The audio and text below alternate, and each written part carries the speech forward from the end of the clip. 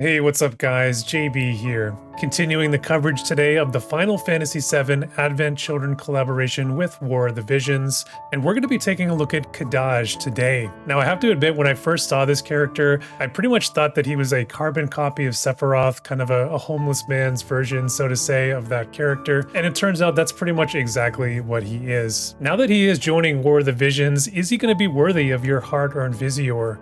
Well, let's dive in today and let's find out. Kadaj has joined War of the Visions as a 90 cost water unit. He is part of that Katana group, which is getting propped up here quite extensively through this collaboration. He has base 3-1 movement and he wears hats and cloth. Starting off with this TMR, it has an imbue effect with 2 different debuffs that it passes not only to yourself but also to your allies. And those debuffs are a 20 human killer as well as 30% attack. Now I do actually really like that this is a party buff and you can kind of pass this off to your teammates as well. Kind of enhances your chances that you're going to be able to land this on multiple units there on the opposing party. Now despite that, I don't think that this debuff alone here is really enough to sort of move the needle, noticeably, but if you were to sort of stack this with other debuffs that were kind of lowering physical damage in some way, I can definitely see some strategies that might be built around that. It's not something that I would pull for on its own, but if you are going for Kadaj, I do think that there are some uses for this potentially in the game. Now taking a look here at the stats next, Kadaj is coming in with a bit less HP than we have been seeing on some next generation units, particularly when it comes to his base value where he is under 4,000. He does get quite a bit on his board though, so it does kind of inch him up there towards the average that we have been seeing on these most recent units. On the other hand, his base attack value coming in at 470 is the highest that we've seen thus far. It is even a tick above Sephiroth and Cloud, so that is very notable. Unfortunately, it's kind of the opposite of the HP situation. He really doesn't get all that much on the board, so he does kind of come falling back down to earth. Still though, that total of 631, it's nothing to sneeze at, and he's going to be competitive, I think, when it comes to his attack output. Aside from that, the stat line overall is pretty solid. His base agility, actually one of the highest ones that we've ever seen at 64. Nivlu is still the overall stat leader in that category at 65 to this day. The accuracy for Kadaj, also a feather in his cap, one of the higher totals in the game, even among the next generation units. Not quite as high as Tifa, but he's really not all that far off. Now he does get a boost to his crit evasion, which does give him 81 innately, which is also the highest that we've seen among these next generation units, at least thus far. There is just a small handful of them. So overall, even as a 90 cost unit, I think the stat line here is very competitive, even amongst these latest units. As for his defenses, he is getting 15 defense and 6 spirit here. Actually, that's pretty notable, especially on these bruiser units. We haven't tended to see that. Generally, that is reserved for tanks. For his resistances, he's got 15 to both magic and to slash, does have 10% against strike and missile. Just a single weakness for him, but it is a significant one of 15% negative to pierce, which is more than the usual negative 10 that we see on most units these days. I do really like the ailment resistance package here for Kadaj. He has got 50% to both confuse and stop, and then 10% against immobilize, so particularly the confuse and stop are very relevant in the meta. Think about Oldoa and Glassy, the sort of the predominant tanks that are being used out there. They do have those status effects, so nice to have those covered automatically. For his mastery ability, he is getting a 10% HP, 20% crit evasion, which was factored in above, and then 28% reaction block. If you do take him up to level 140, he's going to get that 15 defense that we talked about, and then the 15 unit resistance here as well. So overall, not too bad. He is just lacking when it comes to any sort of innate penetrations, not getting any slash or defense pen here, which we definitely normally like to see. For his passive abilities, my number one recommendation here is this 24% attack, 40% slash res pen, and 15% all element resistance. Definitely a solid passive here, and that element resistance is going to be his main source of survivability. As a secondary passive for him, in the majority of cases, I'd be going for this 25 accuracy and 40 defense pen. He does have the hunter job though as a sub, so I could potentially maybe see some uses for the range up passive, maybe if you wanted to emphasize those sort of longer range missile attacks. Definitely more of a niche play though. For a counter ability, he's got a physical reflex. I think that is definitely the best way to go for him. But again, he does have a water imperil that you can pick up from his hunter sub job. Maybe potentially could see some use as well. Moving now into Kadaj's main kit, and we're going to start it off here with his buffs. His self buff is providing him a re-raise effect, 30% reduced AP consumption, 40% slash res penetration, and 20% all element resistance. And that last part there of the element resistance definitely synergizing super nice with his passive. He does have a katana that has come along with his event, and that is actually giving him some initial AP of 20. So that, along with the decreased AP consumption that he's picking up here, I do think that this is having him in a very, very good spot when it comes to his AP management. Now, next up is the party buff, this one providing a 30 physical human killer to his allies. Kadaj himself will pick up haste, a 25% human resistance buff, and then he's going to imbue his attack with 3 different debuff effects. And those will reduce the enemy's physical damage by 15%, reduce their crit rate by 20, and then dispel any active AP restore that they may have at that time. So 6 different overall effects here, and the buff quite substantial, even more than we've seen on some of the most recent units. On top of that, all of these effects are lasting for 4 turns as well. Now do keep in mind that the top 3 effects here on this one, they are able to be dispelled and taken away from him very easily, because we have seen a big uptick in those dispel abilities as of late. However, we have found a recent synergy with Kadaj and Volke. So, if you do have Volke and you're kind of using him as your tank for Kadaj, Volke has the ability to seal the opponent's general dispel ability. So that is massive for this unit, and they're definitely sort of designed to work together. So if you do have Volke, definitely look into sort of matching them up together. Now, as for the attack skills here for Kadaj, his low AP finisher skill is a range of 3 with a range height of 1. No utility here, but it is helpful for his AP management. If he does get the killing blow, he will restore back 15 AP. His second skill here is getting up to a range of 5 on the cross AoE. It's going to come in with that large 200% modifier. Surprisingly, once again, no utility here, but it does have an increased chance to hit here of 30%. Skill number 3 is going to be a multi-select with a range of 4, range height of 1. It's got a large 200% modifier. Prior to the damage, it's going to break any physical barriers, and this one is a 2-hit attack. Now, we have seen a lot of units coming through that are lacking in that barrier break area.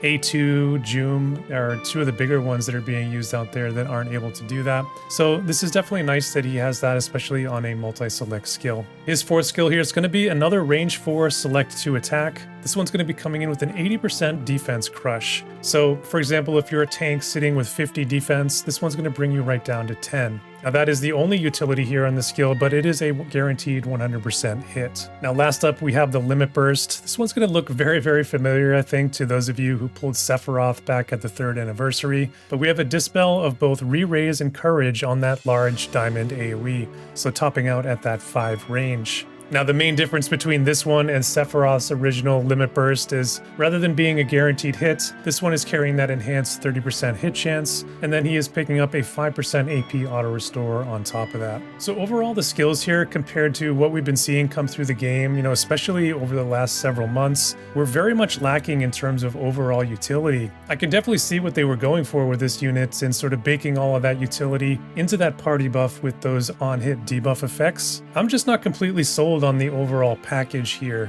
I'm especially a bit disappointed with that Job 25 being a guaranteed hit ability. I know that sounds strange, but this unit being so innately accurate already, I don't think that that's really what he needed there, and that guaranteed hit sort of taking up a valuable effect slot on that skill, I definitely would have liked to have seen something else there. There's definitely a couple of things to like here, particularly that defense crush and that barrier break, but overall I think, when you sort of stack up what he's able to do against other units, he is falling a bit short there.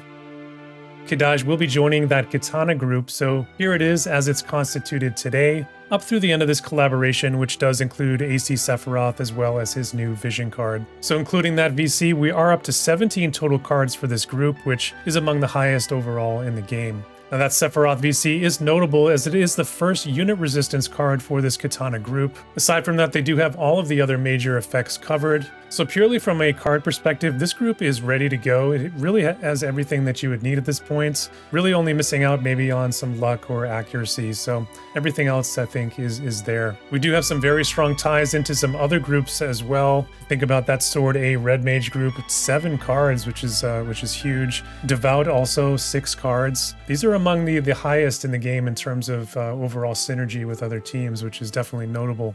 There is also a pretty strong tie into the Black Mage and Pierce groups as well, in terms of some very important cards that they share. So I think, you know, you have the pieces to make a lot of different teams here, especially with multi-job synergy. And I think that makes this group one of the more flexible ones, you know, that we've seen thus far. Unit-wise, I think is where the group sort of falls back down to earth a little bit. The units overall not quite as strong, although Kadaj and even more so Sephiroth, once we see him next week, are very nice new additions for this team. And even Dario, who is one of the better units within the group, his forte is more around that magical tanking. He isn't holding up nearly as well in this physical meta. Unfortunately for him, he kind of came smack into this greatsword meta, which is just tip-top at the moment. I do know over on the JP side, many people have turned to Summer Glaciella as sort of the physical tank for this group, just because of that amazing synergy that is shared between these two teams. Alright guys, here is a mock build, and I'm just going to be doing one build this week. It's going to be a mono water build. To be honest, that Katana group, I don't think it's quite ready until Sephiroth comes into the game. You can definitely explore the multi-job synergy that I was just talking about, maybe pair him with Red Mage or Pierce, but I am going to explore some of those ideas next week with Sephiroth, and I didn't want to have that redundancy here, so again, just a mono water build here. Because to be honest, I do think that's probably this unit's biggest upside at the moment. I think that his debuffs synergize very nicely with some of the other units within the elements. You think about units like Summer Glaciella or Ashen Shadow Lynx, they can sort of increase their survivability by layering those different debuffs on your opponents. Now Jum, of course, is definitely going to be in that picture as well. She is sort of the top unit for the water element at the moment. So that's who we're going to be looking at here today. We're going to be building a complete water slash party with Kadaj, Jum, and Summer Glaciella. Now I do have a fairly high focus on accuracy in this build. I think maybe one of the main use cases is that you could use this to sort of beat up on those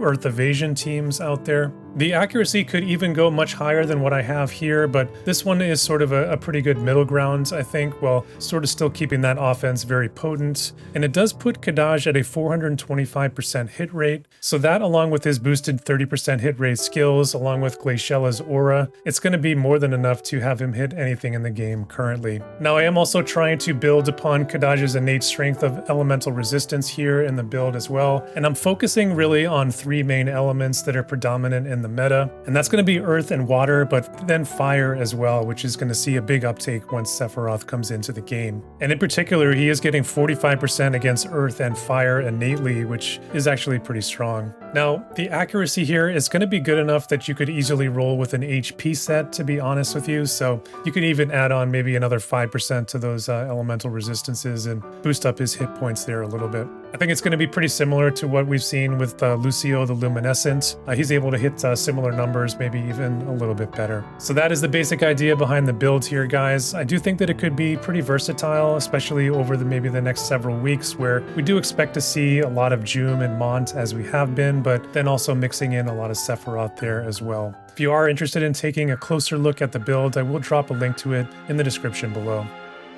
So what is my verdict today on Kadaj? This unit is a pretty decent debuffer, especially against units like Ashen Mont and Sephiroth, who do rely on AP auto restore. He's able to dispel that, but he can also lower their crit rate and reduce their physical damage. He's also carrying one of the highest innate accuracy totals that we have seen come into the game to date, while also amplifying that with enhanced hit rate skills, putting him in the upper tier of next-gen accuracy alongside Tifa and Mont. He won't be too worried about his AP either, having access to initial AP, decreased AP consumption, and an AP auto restore on his limit burst. Lastly, for better or worse, he is sort of riding the coattails of AC Sephiroth in this collaboration, being not only one of the best options to put beside him and form a Katana team, but frankly as a pretty compelling counterpick to use against what should be a very popular unit. I do think there is some upside when it comes to PvE for this unit. His kit with multiple chaining abilities for differing damage type does lend itself well to guild raids, so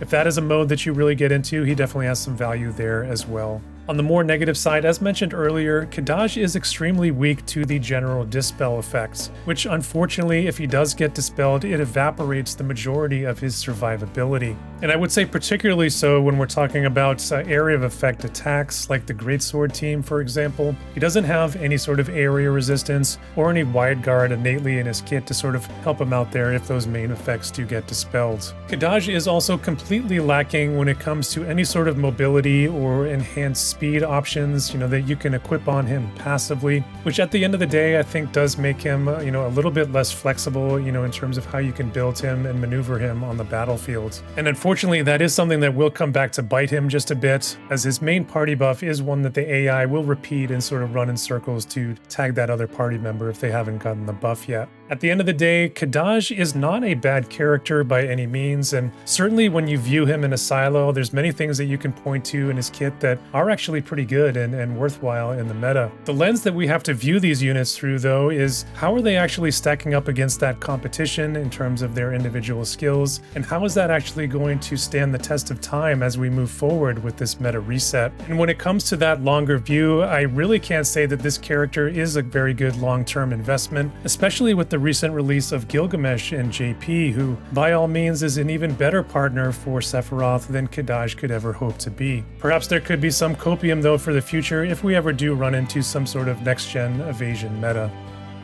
So there it is, guys. That is going to be my review today on Kadaj. This collaboration has just been a barrage of good units, good cards coming at us. So I think with this one here, this is one that we can sort of take a step back and let this one go. I just don't think that he's going to really stand the test of time. So pull him, if you're a big water player, pull him maybe if you're maining that katana job. Otherwise, I think that there's going to be better uses of your Visior. Let me know what you guys think about all that in the comments down below. Let me know if you pulled for him, and if so, what sort of team are you looking to put him in? While you're down there, if you did enjoy the video today, hit that like button for me. It really helps me out with the YouTube algorithm. And if you like what I'm doing here on the channel, hit that subscribe button if you want to see more. And that is really all that I have to say for today. So as always, stay safe out there, and I'll see you guys in the next one.